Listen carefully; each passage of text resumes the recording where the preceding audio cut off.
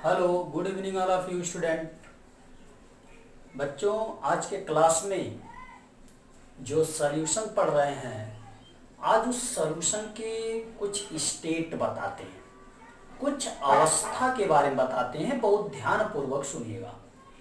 अवस्था जो विलयन की होती है वह तीन तरह की अवस्था होती है। एक सैचुरेटेड टाइप की होती है, दूसरा अनसैचुरेटेड टाइप की होती है और तीसरा सुपर सैचुरेटेड टाइप की होती है। अभी बात आपको नहीं समझ में आई। एक संतृप्त, दूसरा असंतृप्त, तीसरा अति संतृप्त टाइप की होती है।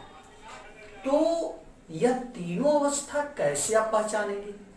सपोज दैट मैंने ले लिया बीकर। क्या ले लिया? बीकर ले लिया। अब इस बीकर को थोड़ा ध्यान पूर्वक आप देखिएगा। सपोज दैट मैंने यह ले लिया एक बीकर, इसको आप कहते हैं बीकर। लगभग 50 ml के आसपास का बीकर है। अब इस बीकर में हमने पानी भर दिया, 50 ml के आसपास क्या भर दिया भैया? वाटर भर दिया। ठीक। अब एक ऐसा ही बीकर और ले लीजिए। हमने बोला एक ऐसा ही बीकर आप और ले लीजिए। सपोज दैट आपने ऐसा ही बीकर आपने और ले लिया, इसमें भी 50 ml, माने 2 बीकर ले लिए, इसमें 50 ml H2O और इसका नाम मैंने कह दिया, यह भी क्या है आपका? बीकर है। ठीक। अब देखिए, एक में कुछ मात्रा चीनी की मिलाइए और एक में कुछ मात्रा नमक की मिलाइए। अभी आपको समझ में आ जाएगा तीनों अवस्थाएं। मिलाते रहिए, उसको घोलते रहिए, घोलते रहिए, घोलते रहिए, तब तक घोलते रहिए जब तक कि चीनी नमक घुलता है। ठीक।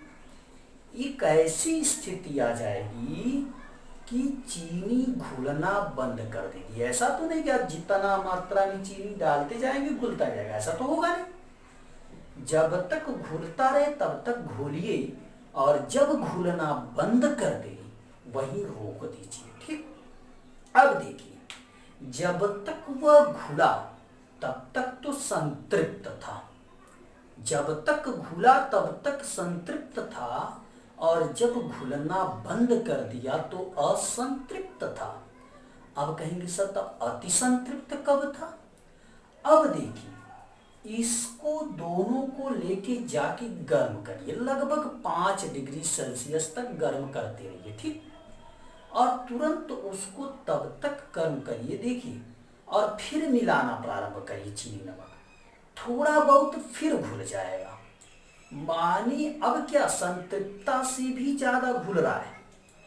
ताप बढ़ाने के बाद कुछ विलेय की मात्रा घुल जाती है, वह अवस्था अति संतृप्त की अवस्था होती है। आई बात समझ? फिर सुन, मैंने क्या बोला कि चीनी को पानी में आप घोलते जाइए, घोलते जाइए, घोलते जाइए, तब तक घोलते जाइए जब तक कि चीनी पूर्णतया पानी में घुल जाए, सॉल्यूबल हो जाए।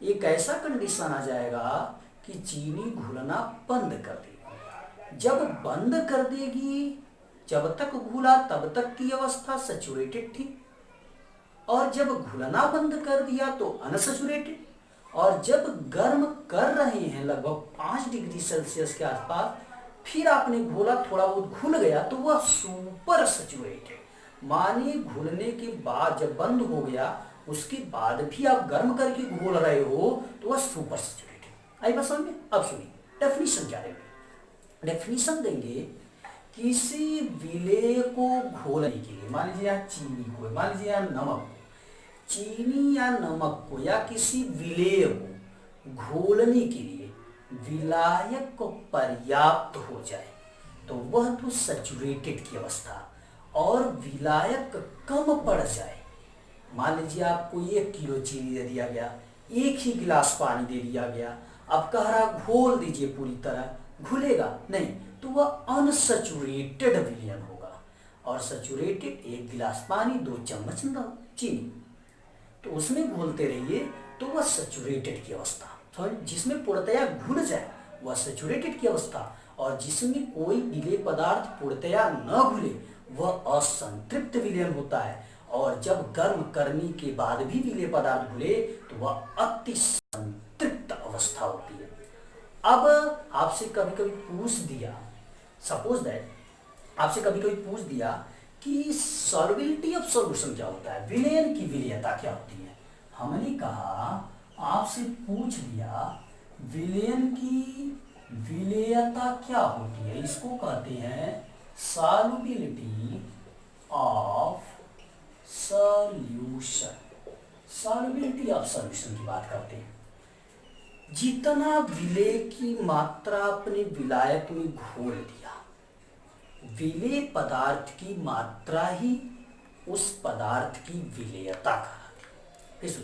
किसी विलयन में, चीनी पानी का विलयन है, अब उसमें चीनी की जो मात्रा होगी, विलेय की जो मात्रा होगी, किसी विलयन में विलेय की जो मात्रा होगी उस विलयन की विलेयता कहलाती है। फिर सुनो, किसी विलयन में, चाहे चीनी पानी का हो, चाहे नमक पानी का हो, चाहे कोई हो विलयन हो, उसमें जो विलेय पदार्थ की मात्रा होती है उस विलयन की विलेयता कहलाती है। आई बात समझ में? तो जब यह सब आप डेफिनेशन याद कर लेते हैं तो आपको कुछ क्वेश्चन दिए जाते हैं जिससे संबंधित मैंने सूत्र लिखा है कि आपसे कह दिया विलयन की द्रव्यमान प्रसवता बताइए। तो विलयन है, विलयन में विलेय होगा और विलायक होगा, तो जो विलेय का द्रव्यमान होगा, विलेय माने जो कम होगा, उसका द्रव्यमान बटे टोटल विलयन माने विलेय और विलायक को मिलाने के बाद उसका द्रव्यमान गुणे 100। आई बात समझ में? इसके बाद अगर आपसे कह नहीं विलयन की द्रव्यमान आयतन प्रसवता बताइए, तो आप कहिएगा विलेय का द्रव्यमान और विलयन का आयतन गुणे 100। और कह दिया विलयन की आयतन प्रसवता बताइए, तो विलेय का आयतन बटे विलयन का आयतन गुणे 100। माने जैसे यहाँ कह रहा है द्रव्यमान प्रसवता, तो विलेय का द्रव्यमान बटे विलयन का द्रव्यमान मल्टीप्लाई बाई 100। यहाँ कह रहा द्रव्यमान आयतन, तो विलेय का द्रव्यमान बटे विलयन का आयतन।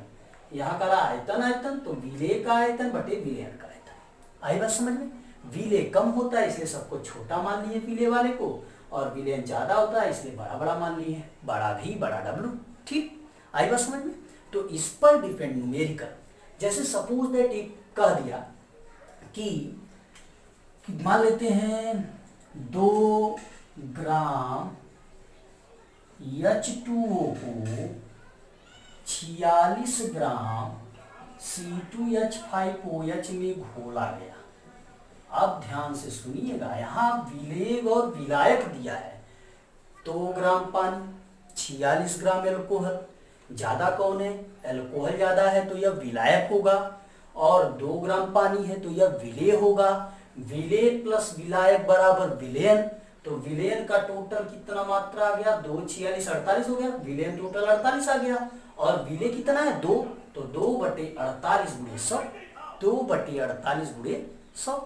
ऐसे न्यूमेरिकल्स आने वाले वीडियो में हम आपको समझाएंगे, बहुत बेहतरीन ढंग से आपको समझ में आएगा, बहुत अच्छे से समझ में आएगा। फिलहाल आप इतना फार्मूला जरूर याद कर लीजिएगा और यह दिमाग में बैठा लीजिएगा कि विलेय माने जो कम मात्रा, विलायक माने जो अधिक मात्रा, दोनों को मिला दिया तो विलयन, विलेय प्लस विलायक बराबर विलयन, solute plus solvent equal to solution. आई बात समझ?